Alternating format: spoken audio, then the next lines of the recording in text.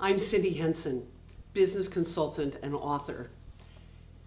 In my book Jungle, I talk about 7 principles to peace, purpose, and freedom.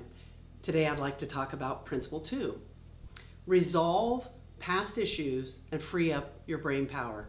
Now, we may not need to be in big conversations about big, hairy past issues, although it would be helpful to resolve those. But we get guided in the present by how we have allowed the past to dictate how we want to be in the present. So let me give you an example of that. We all have biases and decisions that we made somewhere along the way. And if they're left unexplored, what tends to happen is we limit our options in the present. Here's a perfect example. My Prius was coming up for turning back in on the rental or on the lease, and I wanted to buy an electric vehicle.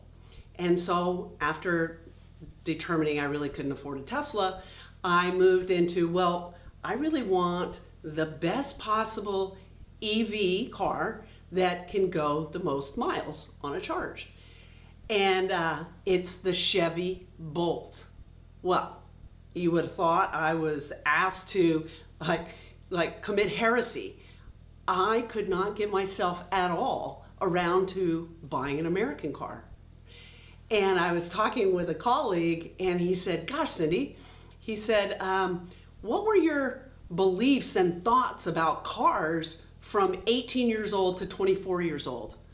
So I thought for a moment and I thought, well, gosh, American-made cars were crappy. They were really bad in the 70s. And they were boats and they were gas guzzlers. They didn't look good. They were unreliable. And so my entire life, I have been buying Japanese cars. And he just looked at me and he said, so you might want to consider updating your data, which was fascinating. I thought, okay, well then I'm going to check reliability for Chevrolet. Well, long story short, he was absolutely right.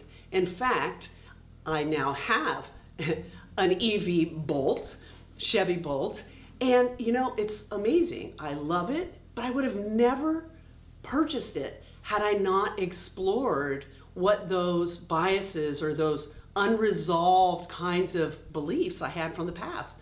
And I really wasn't updated on my data at all. He was absolutely right.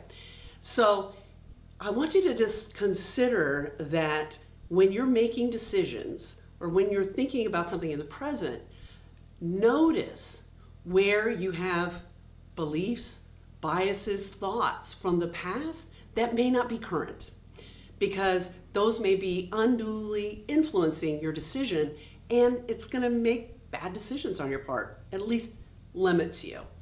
So I'd like you to give it a try, and if you discover something really interesting, write it up, send it in, because we all want to learn from that. And until the next time, onward, upward, and inward.